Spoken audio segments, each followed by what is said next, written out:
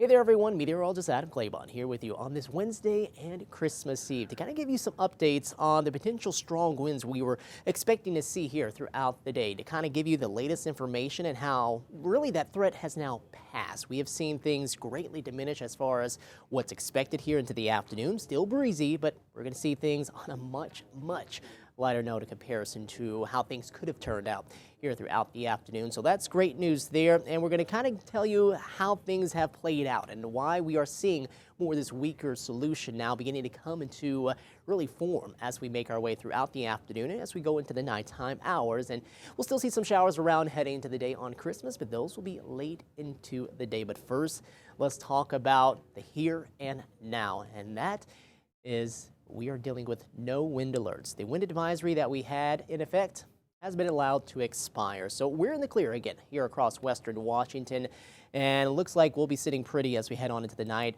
Still some breezy conditions here throughout the day, and these are some of the peak gusts so far. Now, most of this is from what happened earlier this morning. And you can see the strongest one so far is down around Tacoma, up to 44 miles per hour. A little over 30 there in Seattle, closer to 30 around Puyallup. We'll see again a little more of that wind as we head on into the night, but the big wind threat, it is gone. Now, for Thursday, for Christmas Day, we're going to see some showers, most of those during the second half of the day and heading on into more of the nighttime hours. We'll keep some of those around for the first day of Kwanzaa on Friday, the rest of the holiday weekend.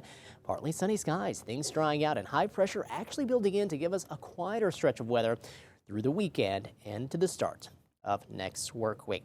Let's first talk about what's happening out this way. Again, you can kind of tell that things are looking very quiet and actually rather pleasant out this way towards Westport.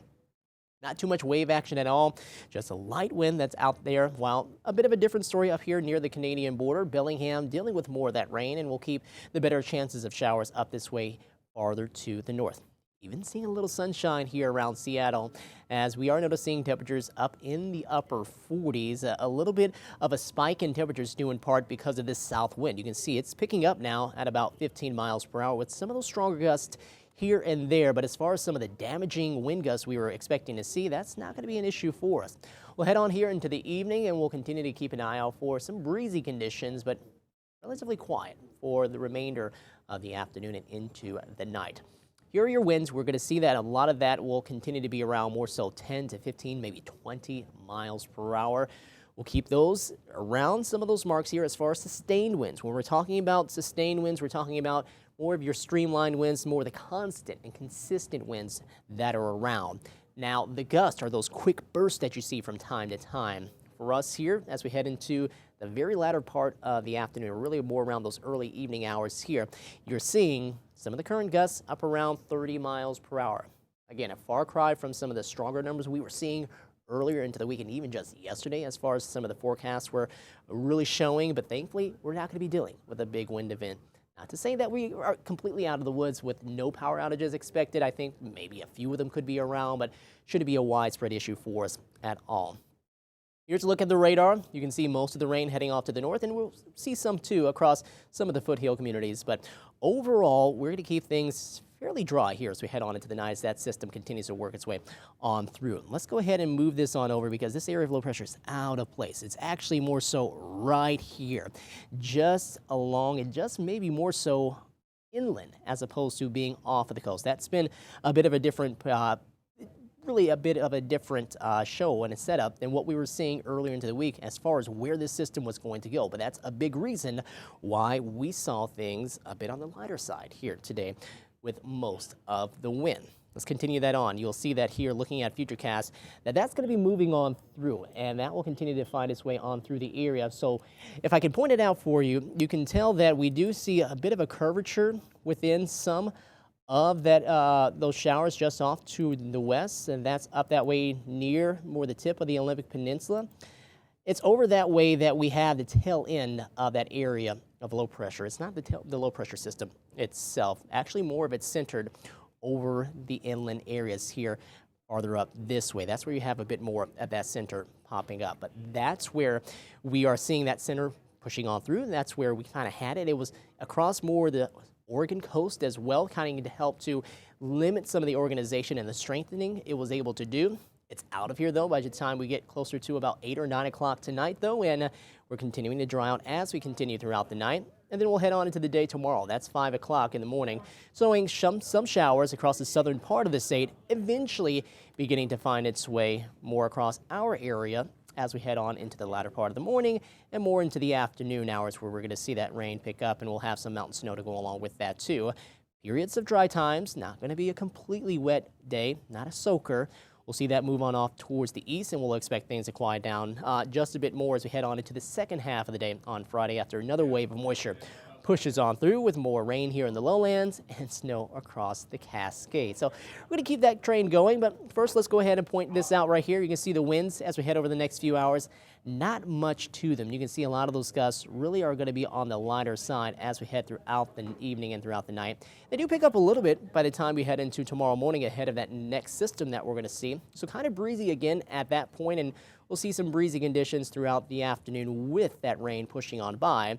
But we'll have some windier times. We'll have some times that are not quite as windy for us. And then as we head on into Friday, that system is going to blast on through here. Again, that front should be pushing off to the east during the first half of the day. Behind there, that's when we'll see those winds start to kick up again at around 20 to 30 miles per hour. But that's actually not too out of the ordinary for what we typically see here with some of our systems during this time of the year. So looking at amounts of rain here, precipitation really over more of the lowlands, about I would say 1/10 of an inch up to 1/2 an inch. Higher amounts farther to the north there, where we keep more of that consistent rain going there near Bellingham. And then as far as the snow, we could see some of those amounts up to about, I would say, 6 to 12 inches for most. Stevens Pass, convergence zone activity, that could help us out just a bit more there. And then up towards Baker, where we have more moisture available, we're going to be getting up closer to about 1.5 feet of additional snow over the next 2 to 3 days. So looking at this forecast here throughout the night, we expect it to be mostly dry here throughout your Christmas Eve night into Christmas Day. That's when things will start to pick up in terms of the showers. Expect those again more so towards the afternoon hours as opposed to the morning hours. So the kids, they have some of those new toys that they have to play with outside.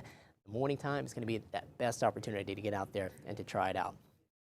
All right, so as we continue on into the rest of the weekend, you'll see that some of those showers are going to be with us here as we go throughout the earlier part of the day on Saturday. But by Saturday afternoon, we're completely dry, just more of those clouds in place. We'll keep that going on into Sunday as well. A lot of the moisture tracking farther north into southeast Alaska and British Columbia.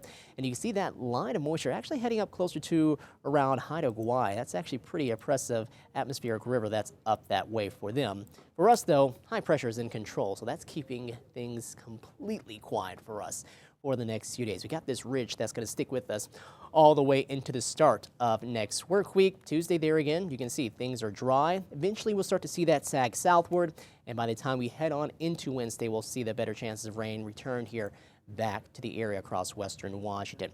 All right, here's your forecast as we head over the next 7-day stretch. We're going to call for those temperatures to be more so into the mid-40s here for your Christmas Day. We'll be around the mid-40s again, also heading into Friday, and then through the weekend, lower 40s, some areas of sunshine along with some clouds mixing on in. And just to show you your forecast as we head on into later on into, I would say, the next 6 to 10 days, temperatures are looking to be on the average side, maybe a little higher than average as we head on into the beginning part of January. You can see averages at about 46 degrees, so we'll see those numbers mainly around the mid to upper 40s. Again, pretty close to those norms, but maybe just slightly above as we head throughout that stretch of time.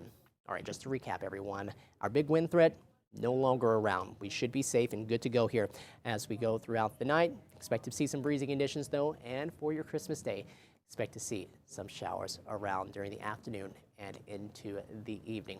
Okay, everyone, try again to stay as dry as possible into the day for tomorrow, and enjoy the rest of your Christmas Eve and your Christmas Day. We'll talk to you soon.